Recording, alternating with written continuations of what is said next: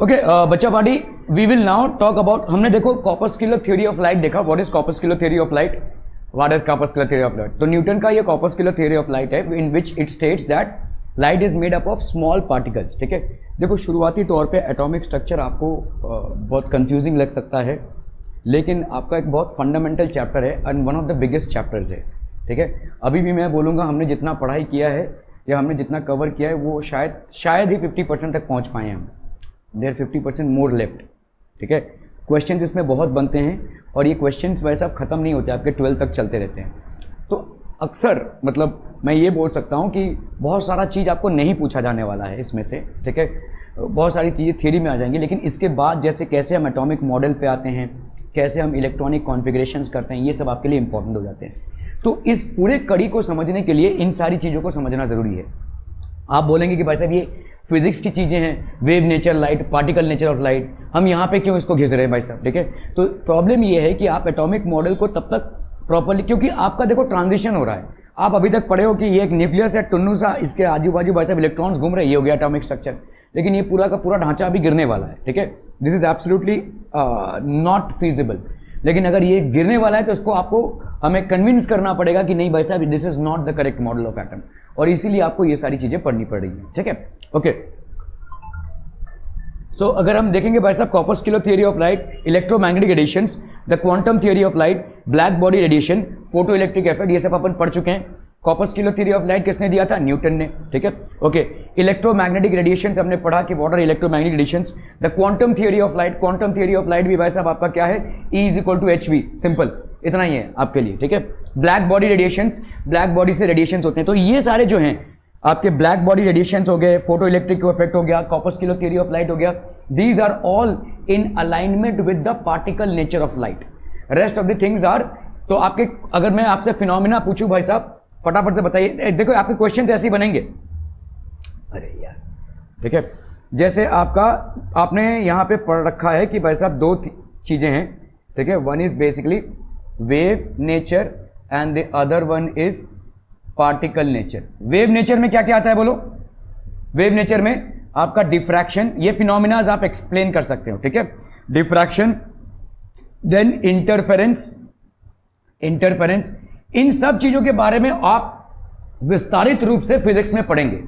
सो अभी हम इसमें बहुत ज्यादा नहीं पढ़ रहे हैं. ठीक है, इंटरफेरेंस हो गया प्लस आपका पोलराइजेशन. लेकिन आपके छुट्टे पुट्टे जो क्वेश्चंस हैं वो इसमें बन सकते हैं कि by the electromagnetic wave theory of light what can you basically confirm. So diffraction, interference and polarisation, these are the three things that we can confirm by the wave theory of light. What about the particle nature of light? Particle nature of light आपका क्या explain करता है? Black body radiation, black body radiation, और क्या है भाई साहब? It also explains what? Photo electric effect.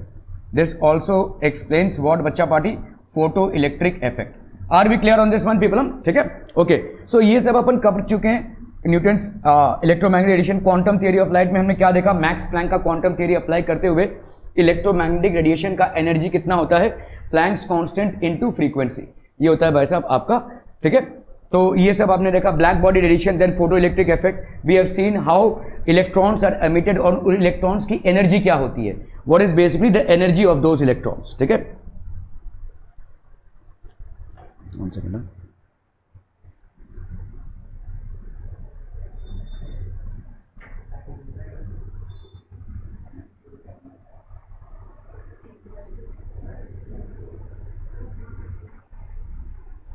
ठीक है, ओके. सो भाई साहब यहां पे आपका atomic spectra, types of spectra, why is line spectrum known as the fingerprint of an element. ठीक है, फिंगरप्रिंट क्या होता है? हर एक की आइडेंटिटी आपकी फिंगरप्रिंट की होती है ना. Everybody has a different fingerprint. इसी तरह से हम एक लाइन स्पेक्ट्रम बोल के चीज पढ़ेंगे जो हर एक एलिमेंट का फिंगरप्रिंट है.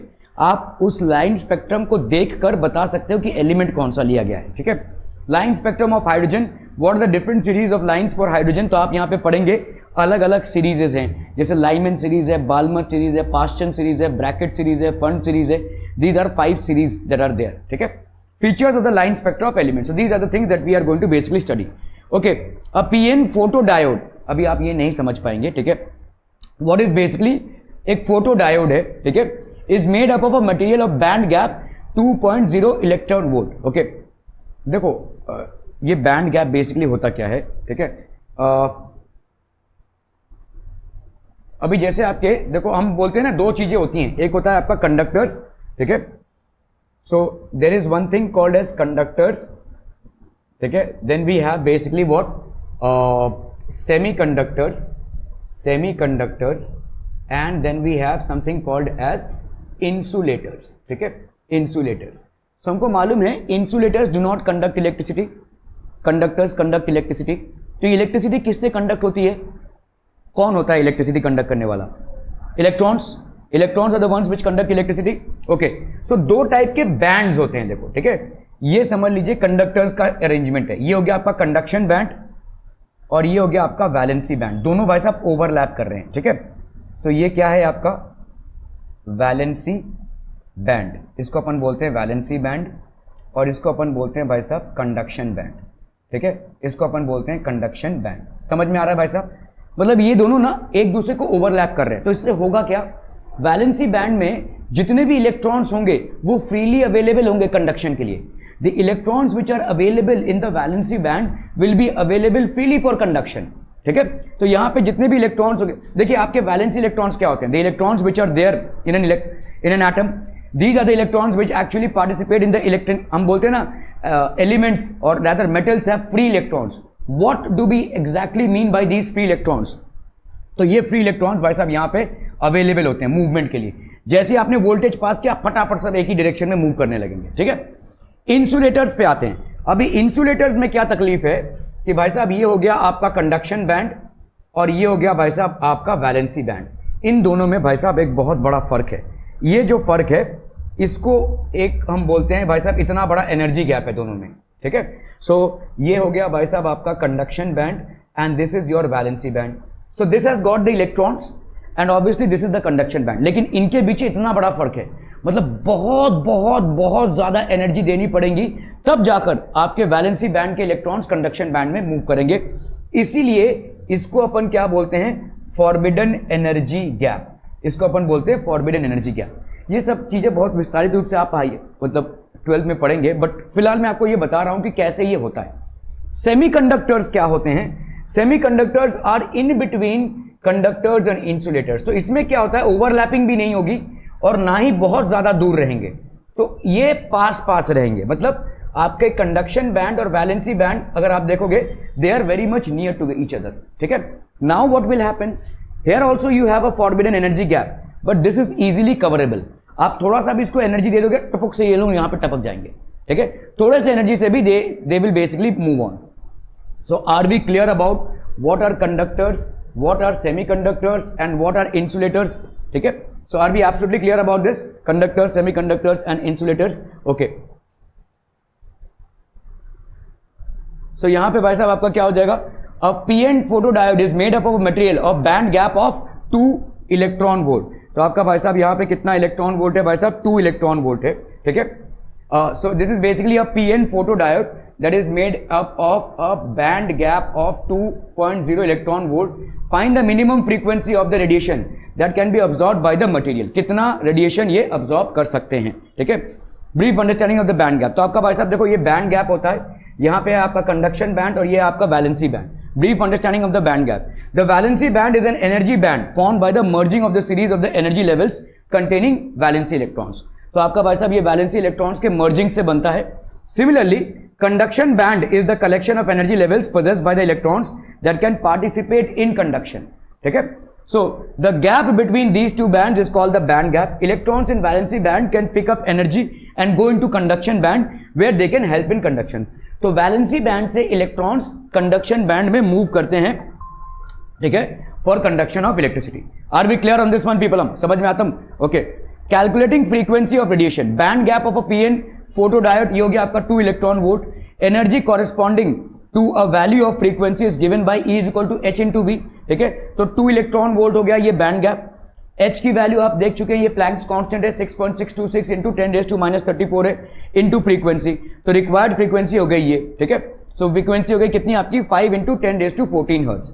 Minimum frequency of the radiation will be 5 into 10 raised to 14 hertz. Are we clear? Hence option B is the correct option. ये सब में आपको नहीं देखना भाई साहब, ये फोटो डायोड वगैरह पता नहीं क्या क्या है, ठीक है। सवाल के मुद्दे को समझो। यहां पे सवाल पूछा गया है भाई साहब, क्या पूछा गया है यार, बहुत तकलीफ है लाइफ में।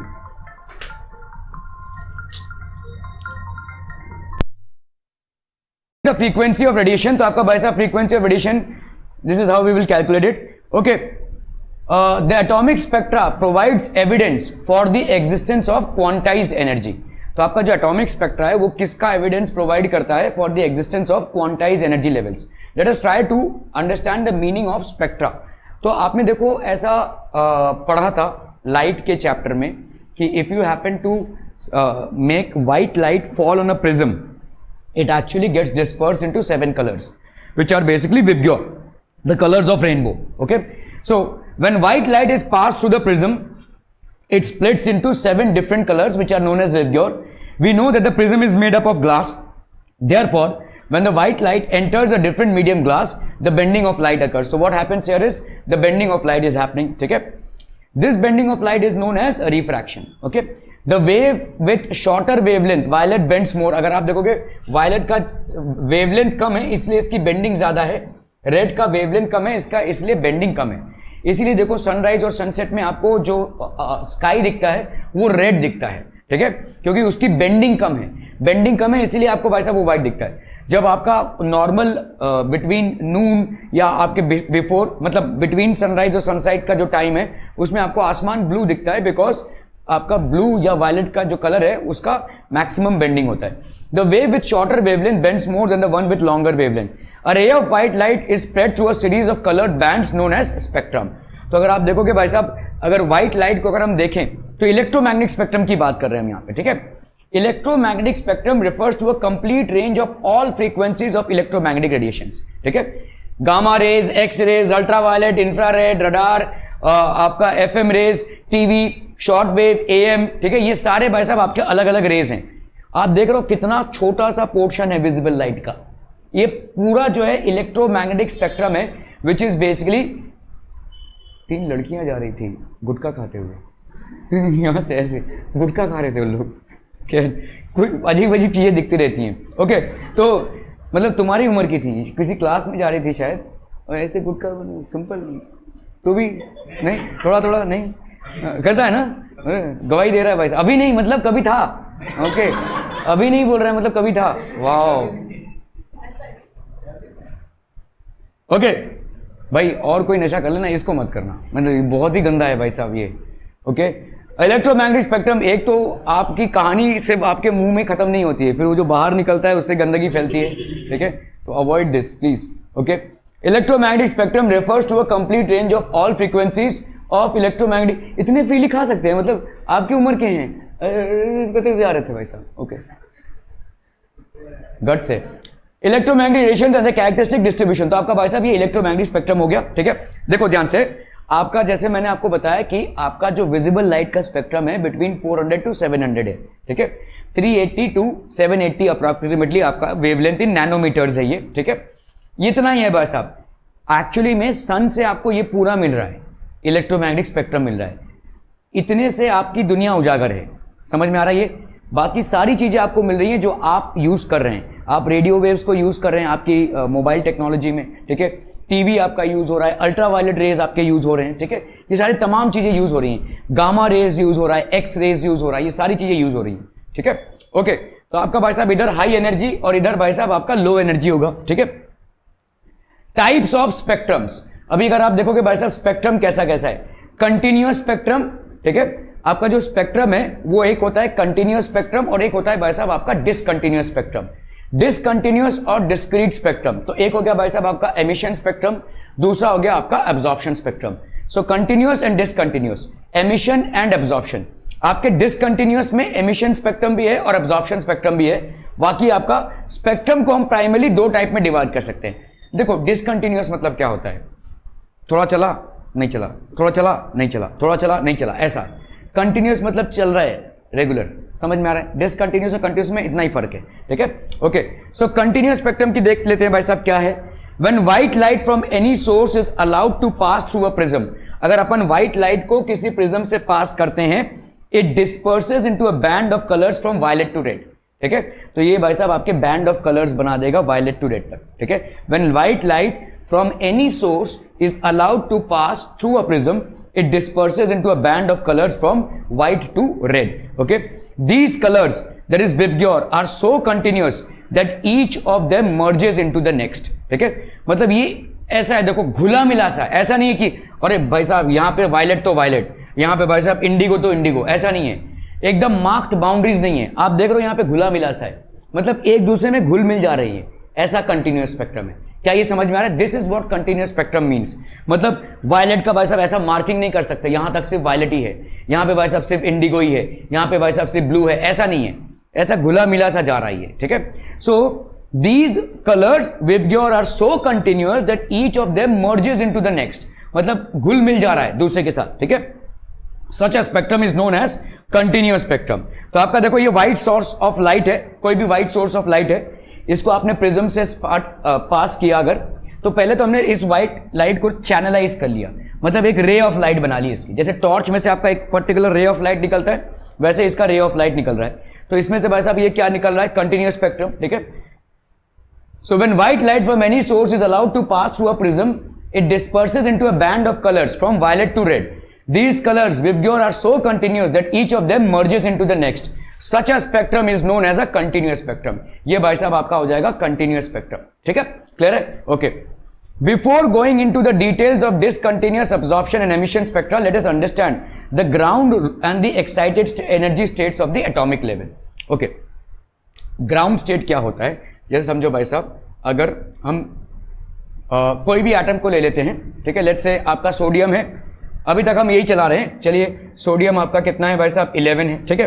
तो सोडियम का एटम अगर बनाना है, ये न्यूक्लियस है, जो भी प्रोटॉन्स और न्यूट्रॉन्स है यहाँ पे ठूसे हैं भाई साहब, ठीक है। पहले वाले ऑर्बिट में आपके कितने हो जाएंगे? 2 इलेक्ट्रॉन्स, दूसरे वाले ऑर्बिट में आपके कितने हो जाएंगे? 8 इलेक्ट्रॉन्स, एंड ऑब्वियसली तीसरे वाले ऑर्बिट में आपके कितने हो जाएंगे बच्चा party? 1 electron. Okay, now this is the ground state of sodium. What do you mean by ground state? That ऐसा कॉन्फिगरेशन है जब नॉर्मल स्टेट में है। अभी अचानक में आपने सोडियम को दे दी एनर्जी, जैसे आपने एनर्जी दी, पहला एनर्जी किस में जाएगा भाई साहब? इलेक्ट्रॉन्स में जाएगा। बहुत ही रेयर होता है कि न्यूक्लियस टूटे और उसमें से प्रोटॉन्स और न्यूट्रॉन्स बाहर निकले। इट्स वन ऑट सिनेरियो, ठीक है, बहुत ही रेयर है ये। सो इलेक्ट्रॉन्स जब एनर्जी पाएंगे, आपने देखो बोर्स के मॉडल में क्या पढ़ा कि भाई साहब these are fixed energy levels, which means that so long as the electron is revolving in these orbits, it is neither going to gain any energy not lose energy, ठीक है।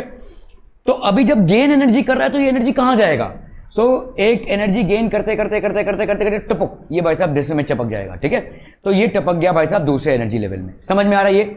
या तो ये यहां से एक इलेक्ट्रॉन यहां टपक गया, ऐसा भी हो सकता है, ठीक है। सो जब ये टपकते हैं, और देखो समझ लो मैं आपको ऐसा बोल रहा हूं कि लेट्स से इस वाले का एनर्जी लेवल है आपका 10 इलेक्ट्रॉन वोल्ट, इस वाले का एनर्जी लेवल है आपका 15 इलेक्ट्रॉन वोल्ट, ठीक है। लेट्स से ये वाला जो आपका थर्ड वाला शेल है, इसका लेट्स से 10 इलेक्ट्रॉन वोल्ट का एनर्जी लेवल है और इसका है 15 इलेक्ट्रॉन वोल्ट का। ये जो इलेक्ट्रॉन, एक इलेक्ट्रॉन है, वो एनर्जी गेन कर रहा है, तो पहले उसके 10 से 11 हुए, वो मूव नहीं करेगा। 11 से 12 हुए, वो मूव नहीं करेगा। 12 से 13 हुआ, वो मूव नहीं करेगा। जब तक उसको पूरा 15 इलेक्ट्रॉन वोल्ट का एनर्जी नहीं मिल जाता है, इट विल स्टे हियर, ठीक है। तो मतलब यहां पे बीच में कोई स्टेशनरी स्टेट नहीं है, समझ में आ रहा है? until and unless the electron acquires an energy level which is sufficient enough to move it to the next level, it will stay there, it will grasp the energy, ठीक है। तो ये इतना एनर्जी लेवल, तो जब जैसे उसने 15 electron volt की एनर्जी एक्वायर कर ली, वो टपकेगा, लेकिन टपकने के बाद वो यहां पे स्थिर नहीं रह सकता।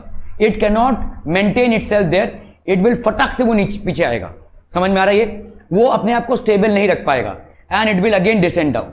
तो अभी क्या किया इसने? एनर्जी ऑब्जॉर्व की थी भाई साहब, तो ये वो एनर्जी कहां जाएगी? तो वो एनर्जी आपके रेडिएशन में एमिट हो जाएगी।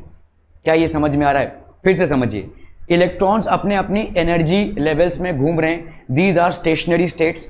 when you happen to give them energy, what will happen?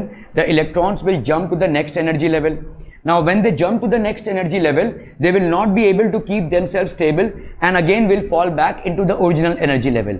When they fall back into the original level, they emit the radiation that they had absorbed while going from the initial energy level to the final energy level, ये emission हो जाएगा। इसी से जो spectra निकलता है उसको अपन क्या बोलते हैं, एमिशन स्पेक्ट्रम। ठीक है, क्लियर है, समझ में आ रहा है बच्चा party? Okay, so this is what happens. ये नटशेल में मैं आपको बता रहा हूं कि क्या हो रहा है। Okay, so before going into the details of discontinuous absorption spectra, let us understand the ground and excited energy states at the atomic level. Atoms, molecules or ions, after absorbing radiation, electrons in them go to the higher energy levels known as excited states or levels. क्या ये समझ में आ रहा है? तो जैसे ही भाई साहब इलेक्ट्रॉन्स ने एक particular amount of energy absorb कर लिया, they will move to a higher energy state. ठीक है, vacation analogy to understand the excited state. Supposing a person goes on a vacation to Himalayas or any other place away from home to spend some time. तो साहिल मुनकर भाई साहब बहुत बेतक गए हैं जीवन से, उन्होंने भाई साहब पैकिंग की और हिमालयस गए वेकेशन में। ठीक है, तो मुनकर साहब गए भाई साहब हिमालयस में विदाउट कैरिंग पाउचेस, वो जो है ना। Okay, then the vacation place can be compare to the excited state. वाह, ये भाई साहब नाचते हुए गाते हुए जा रहे हैं। ठीक है, and home to the ground state. क्या ये वहां पे रह सकते हैं? नहीं भाई साहब, ठंड इतनी है कि भाई साहब वापस आना ही पड़ेगा। ठीक है, ना ही गोवा ना ही आपका भाई साहब हिमालय, कोई भी प्लेस में आप जो आपका नेटिव प्लेस नहीं है वहां पे नहीं रह सकते, तो आपको वापस आना पड़ेगा। सो इलेक्ट्रॉन्स का भी कुछ मूवमेंट ऐसा ही है, बहुत नाचते गाते वो ऊपर जाएंगे और फिर से फटाक से वापस आएंगे। डिजाइन बन रहा है भाई साहब? नहीं? ओके, तो वेकेशन एनालॉजी है ये। ठीक है, understand the excited state. Suppose a person goes on vacation to the Himalayas और any other place away from home to spend some time, then the vacation place. तो कब तक आपका कहानी वेकेशन में चलेगा?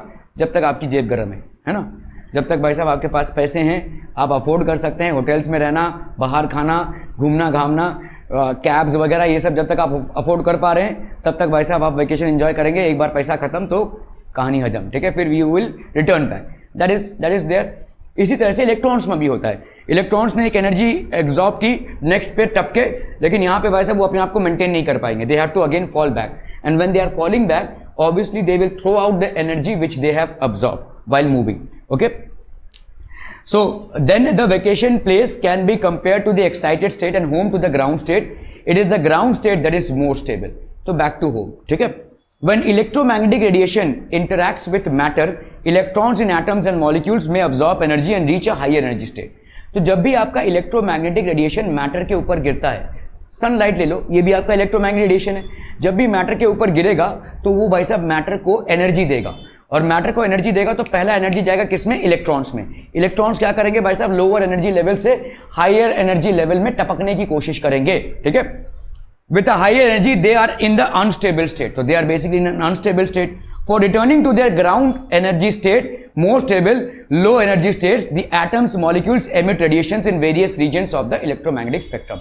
तो जैसे ही वो रिटर्न होते हैं तो भाई साहब इलेक्ट्रोमैग्नेटिक स्पेक्ट्रम में अलग अलग एनर्जी लेवल छोड़ते हैं। अभी जैसे समझो, अरे समझो तो भाई साहब, ठीक है, तो लेट्स से आपका यहां पे कोई एटम है, कोई उल्ट सुल्ट जो भी है एटम है, तो ये उसका न्यूक्लियस है भाई साहब, इसमें तो प्रोटॉन्स और न्यूट्रॉन्स अपन, ठीक है, ये इसका पहला ऑर्बिट हो गया। ठीक है, ये इसका लेट से दूसरा ऑर्बिट हो गया, ये इसका लेट से तीसरा ऑर्बिट हो गया।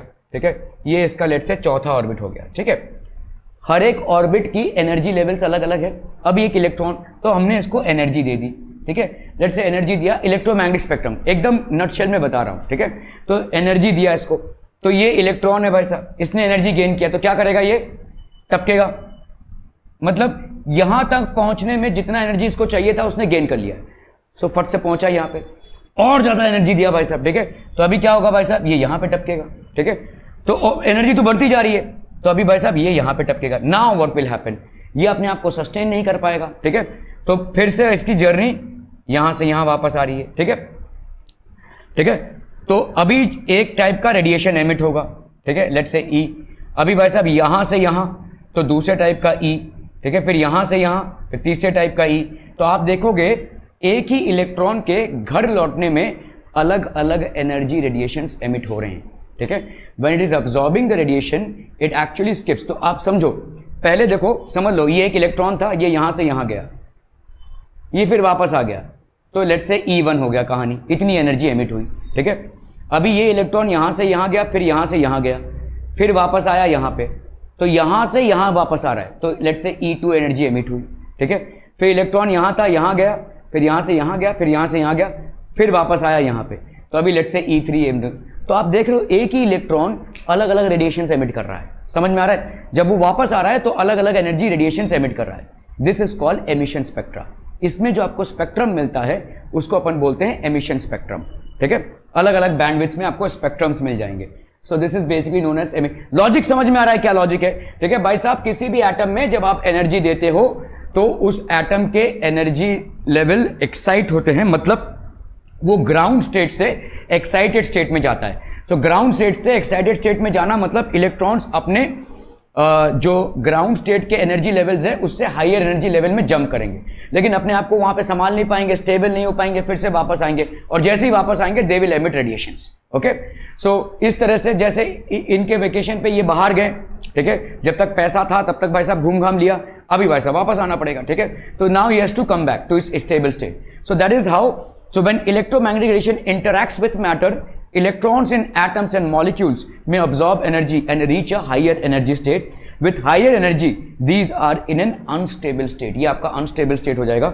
For returning to their ground energy state, more stable low energy states, the atoms and molecules emit radiations in various regions of the electromagnetic spectrum. अलग अलग रीजन में आपके ऐसे रेडिएशन एमिट होते हैं. Excitation happens as shown in the figure. तो अगर आप देखोगे भाई साहब ये एक्साइटेशन है, लेट्स से आपका एक इलेक्ट्रॉन है, देखो ये इलेक्ट्रॉन है, ठीक है, एटम है, कोई एटम है, इस रेड कलर में आपके प्रोटॉन्स और न्यूट्रॉन्स भरे पड़े हैं. इस इलेक्ट्रॉन को भाई साहब एनर्जी मिली इलेक्ट्रोमैग्नेटिक रेडिएशन से, सो ये टपक गया दूसरे वाले में. ठीक है, और भाई साहब मिली एनर्जी, तो अभी आपका भाई साहब और एनर्जी मिली. ठीक है, तो अभी ये क्या करेगा भाई साहब, ये एनर्जी को एमिट करते हुए पहले वाले में आएगा. ठीक है, exciting and D excitation of an electron. So excitation and de-excitation of an electron in an atom. ठीक है, the spectrum that contains gaps. अभी देखो जैसे आपने स्पेक्ट्रम देखा था, इसके पहले आपको कैसा स्पेक्ट्रम दिखा कि आपने लाइट को थ्रो किया है किसमें, प्रिज्म पे, और आपको एक कंटिन्यूअस स्पेक्ट्रम दिख रहा है, मतलब सब घुले मिले हैं. भले ही आपकी डेंसिटी जो है तो वेरी कर रही है, आपको दिख रहा है कि वायलेट से हम बेसिकली रेड रीजन में मूव कर रहे हैं, बट वी कैन नॉट से कि भाई साहब इतना ही आपका वायलेट का है, इतना ही आपका भाई साहब रेड का, ऐसा नहीं. तो ये गुला मिला सा आपको एक मिल रहा है, तो ये कंटिन्यूअस स्पेक्ट्रम है. यहां पे डिसकंटिन्यूअस स्पेक्ट्रम मतलब क्या होता है, the spectrum that contains gaps और breaks in terms of the wavelength that it contains is known as a discontinuous spectrum. ठीक है, इसको अपन बोलेंगे डिसकंटिन्यूअस स्पेक्ट्रम. फॉर एग्जांपल, ये एक एटम है जिसको अपन ने बहुत ज्यादा एनर्जी दी हुई है. This happens to be an atom which has got a lot of energy, excited state में है, it is no longer in the ground state. ठीक है, so when atoms are subjected to intense heat और electrical discharge, the electrons absorb energy and get excited to a higher energy state. The absorbed energy is released in the form of electromagnetic radiation. यही absorbed energy आपका कैसे release होगा, as electromagnetic radiations when they return to the ground state. तो electromagnetic radiation में ये release होगा when they return to the ground state. When this emitted radiation is passed through a prism, it gives rise to emission spectrum. तो इससे भाई साहब आपका क्या रिलीज होगा, this will basically form emission spectrums. Are we clear on this one people, हम समझ में आ रहा है. ठीक है, सो ये आपके भाई साहब जैसे जैसे ये अपने अपने गंतव्य या अपने अपने ओरिजिनल स्टेट में आते जाएंगे, they will keep on emitting these spectrums, और इसी को अपन क्या बोलेंगे, these are known as emission spectrums. Are we clear on this one people हम. ठीक है, okay. A line emission spectrum acts as a fingerprint of the element. तो ये आपके देखो लाइन एमिशन स्पेक्ट्रम है. एमिशन स्पेक्ट्रम ऑफ हाइड्रोजन अगर आप देखेंगे, हाइड्रोजन में एक ही इलेक्ट्रॉन है, आप बोलोगे दूसरे में कहां जाएगा, नहीं, स्टेशनरी स्टेट्स एग्जिस्ट करेंगे. तो भाई साहब पहले ऑर्बिट से वो दूसरे ऑर्बिट में, तीसरे ऑर्बिट में, चौथे ऑर्बिट में ऐसे जाएगा और फिर वापस आएगा. ठीक है, वापस आते समय इस तरीके के आपको देखो लाइन स्पेक्ट्रम्स मिल रहे हैं. These are basic. क्या ये आपको कंटिन्यूअस दिख रहा है जैसे विबग्योर दिख रहा था वैसा दिख रहा है, नहीं. सो ये डिसकंटिन्यूअस स्पेक्ट्रम है, मतलब इसके बीच में गैप्स हैं, देखो ऐसे गैप्स होंगे.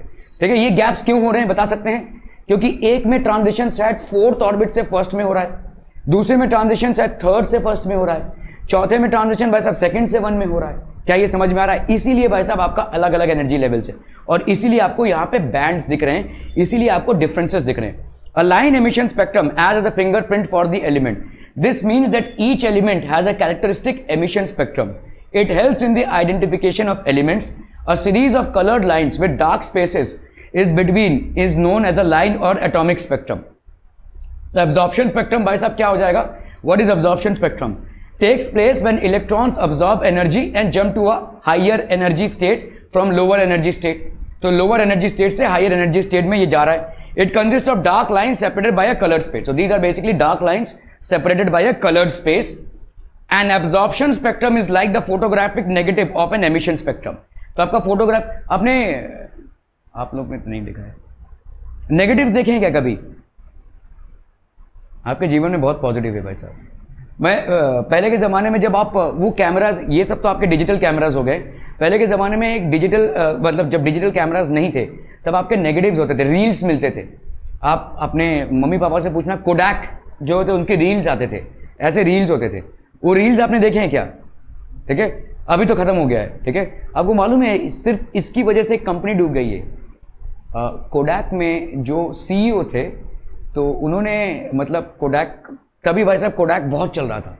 और मतलब आप अगर कोई रील लेने जाते हैं तो कोडैक का, जैसे अगर आप भाई साहब आज की तारीख में टूथपेस्ट लेने जाते हैं तो आप टूथपेस्ट नहीं बोलते, कोलगेट बोलते हैं. Colgate is a form of a toothpaste, लेकिन बहुत सारे और भी टूथपेस्ट अवेलेबल हैं. लेकिन आपका इतना ज़्यादा, ये आपका ब्रांड के साथ ना, ब्रांड के साथ प्रोडक्ट मिल गया है. इतनी ज़्यादा कोई प्रोडक्ट अगर फेमस हो जाती है तो बिजनेस पर्सपेक्टिव से इस बात को बोल रहा हूँ. तो कोडैक, क्योंकि फिल्म्स की बात हुई यहाँ पे, तो कोडैक इतना फेमस हो गया था कि लोगों को मालूम ही नहीं था कि और भी दूसरे कंपनीज हैं जो रील्स प्रोड्यूस करते हैं. Whenever they go to a camera shop and they need to take a reel, Kodak दे दीजिए. कोडैक के जो सीईओ थे उन्होंने सजेस्ट किया कि देखिए हमारा धंधा तो अच्छा चल रहा है, ठीक है, नो डाउट अबाउट इट, लेकिन समय के साथ थोड़ा चेंज होना पड़ेगा. मैं आपको एक मॉडल दे रहा हूँ जहाँ पे इन फिल्म्स की ज़रूरत ही नहीं पड़ेगी, डिजिटल कैमराज. ठीक है, तो डिजिटल कैमरा में आपको इन फिल्म्स की ज़रूरत पड़ेगी नहीं. तो इन्होंने बोला भाई तुम पागल हो गए हो क्या, हमारा धंधा इसी पे चल रहा है और तुम्हारा मॉडल अगर हमने अपना लिया और डिजिटल कैमराज प्रोड्यूस करने लगे then we will be running. भाई नहीं, ये नहीं कर सकते. After some time he resign, he was hired by Samsung. और आज देखो भाई साहब, सैमसंग के कैमराज में, मतलब मोबाइल के कैमराज में उसने जो काम कर डाला है, कोडैक कंपनी आज की तारीख में बंद होने के कगार पे है. ठीक है, तो मतलब आप देखिए, मतलब मौके का फ़ायदा उठाना ये बहुत बड़ी चीज़ है. ठीक है, मतलब उस टाइम पे अगर कोडैक वालों को ये चीज़ समझ में आ गई होती कि आज नहीं तो कल डिजिटल कैमरा रिलीज होंगे ही. ठीक है, we are going to an, मतलब हम ऐसे ही चीज़ों को मतलब ज़्यादा से ज़्यादा स्टोर कर पाएँ. हम ऐसी चीज़ों को देख रहे हैं जहाँ पे हमको अलग से स्टोरेज स्पेस ना रखना पड़े. ठीक है, सो दैट इज थिंग. मतलब this fellow he suggested Samsung, और सैमसंग ने अपने मोबाइल्स में ये कैमराज लाए और आज की तारीख में भाई साहब खत्म हो गया. ठीक है, so that's how things are. Okay, खैर हम यहाँ पे बात कर रहे हैं भाई साहब, जैसे आपके कैमरा फिल्म्स होते हैं, absorption spectrum takes place when electrons absorb energy and jump to a higher energy level from the lower energy state. It consists of dark lines, ठीक है, separated by colored space. तो आपके देखो छोटा सा colour space, dark line, छोटा सा colour space, dark line, छोटा सा कलर स्पेस. तो ये आपका किस टाइप का स्पेक्ट्रम हो गया? डिसकंटिन्यूअस स्पेक्ट्रम है. कैसा है अभी वो? ठीक है, रिकवर कर रहा है. थोड़ा सावधान रहिएगा भाई साहब, ये मानसून के सीजन में अभी काफ़ी ज़्यादा चल रहा है. मेरे बिल्डिंग में भी 6-7 लोगों को हो गया है. ठीक है, but be very cautious about it. ठीक है, डेंगू. ठीक है, सो absorption spectrum is like the photographic negative of an emission spectrum. ठीक है, a continuum radiation is passed through a sample that absorbs radiation of certain wavelengths. The emission wavelength that corresponds to the radiation absorbed by the matter having dark space in the bright continuous spectrum. तो आपका भाई साहब ये क्या हो जाएगा? This will be basically a discontinuous spectrum. Okay? तो आप देखोगे भाई साहब यहाँ पे सोर्स है आपका, ये अब्जॉर्बिंग सैंपल है जो एक्साइटेड स्टेट में है. ठीक है, ये व्हाइट लाइट का सोर्स है और इसको अपन ने एक्साइट किया है. अभी हम दोनों चीजों को मिला रहे हैं. ठीक है, एक था आपका कंटिन्यूअस और एक था आपका डिसकंटिन्यूअस. जब हमने सिर्फ व्हाइट लाइट को रखा था तब आपको क्या मिल रहा था? कंटिन्यूअस स्पेक्ट्रम मिल रहा था. जब आपने सिर्फ इसको रखा था तो क्या मिल रहा था? डिसकंटिन्यूअस स्पेक्ट्रम मिल रहा था, क्योंकि this is an excited state of matter. Sodium vapour lamp हो गया, ठीक है, कोई भी चीज है, आप उसके वेपर को एक्साइट कर दोगे अगर, तो वो उस तरीके का डिसकंटिन्यूअस स्पेक्ट्रम देगा. तो अभी हमारा क्या है, देखो मिश्रण, इससे एनर्जी इसको मिल रही है, तो ये बेसिकली कंटिन्यूअस और डिसकंटिन्यूअस दोनों भी स्पेक्ट्रम हो गया. अभी आपको देखो क्या मिल रहा है, यहाँ पे डिसकंटिन्यूअस भी मिल रहा है और कंटिन्यूअस भी मिल रहा है. ठीक है, इसको अपन बोलते हैं absorption spectrum. This is known as absorption spectrum. ठीक है, क्लियर है? तो एमिशन स्पेक्ट्रम और एब्जॉर्प्शन स्पेक्ट्रम में बच्चा पार्टी क्या क्या डिफरेंस हो जाएगा? Emission occurs when electrons, emission कब होता है वैसा? when electrons lose energy and return from a higher energy state to lower energy state. तो इलेक्ट्रॉन्स एक्साइट हुए, हाइयर में गए, फिर हाइयर से लोअर आए, तो एमिशन होगा. ठीक है, absorption occurs when electrons gain energy and jump to higher energy states from lower to, तो एब्जॉर्प्शन मतलब एब्जॉर्ब कर रहे हैं, एनर्जी को एब्जॉर्ब कर रहे हैं, तो ये लोअर से हायर जा रहे हैं, हायर से लोअर जब आएंगे तब एमिशन होगा, ठीक है। एब्जॉर्ब करना मतलब वेकेशन पे जाना, और वेकेशन से वापस आना मतलब आपका एमिशन, ठीक है। Energy supplied to a sample by heating और irradiating it with irradiating it and the wavelength or frequency of the radiation emitted as the samples give up the absorbed energy is recorded, ठीक है। A continuum of radiation is passed through a sample that absorbs radiation of certain wavelengths and then the resulting radiation is recorded, ठीक है। Continuum मतलब आपका एक continuous radiation है, this is basically a continuous radiation. Emission spectra consist of bright colored lines separated by dark space. आपने देखा भाई साहब, एमिशन के टाइम पे क्या हो रहा है, इलेक्ट्रॉन्स अपने घर वापस आ रहे हैं, और जब ये घर वापस आ रहे हैं तो किस टाइप का स्पेक्ट्रा रिलीज हो रहा है, डिसकंटिन्यूअस, ठीक है। So these are basically bright coloured line separated by dark space. Absorption spectra consist of dark line separated by coloured space, ठीक है। तो डार्क लाइंस है और they are separated by coloured space. ये आपका एब्जॉर्प्शन हो रहा है, देखो यहां पे ये क्या कर रहा है, इस लाइट को अब्जॉर्ब कर, लाइट को अब्जॉर्ब कर रहा है, तो electrons in this sample will be going to a higher energy state, and when they are going to a higher energy state, this is what you are going to get. ये आपका भाई साहब absorption spectrum है, मतलब इसमें light का electromagnetic radiation जो है वो तो आपको कंटिन्यूस दिखाएगा, और यहाँ पे डिसकंटिन्यूस ऐसे लाइंस होंगे, ठीक है, both will be there. Clear है, आर बी क्लियर? ये डिसकंटिन्यूस लाइंस क्यों, क्योंकि भाई साहब आपके ऊपर गए हैं वो, these are basically absorption spectra. Are we clear on this one people? Okay, that would be it from my end for today.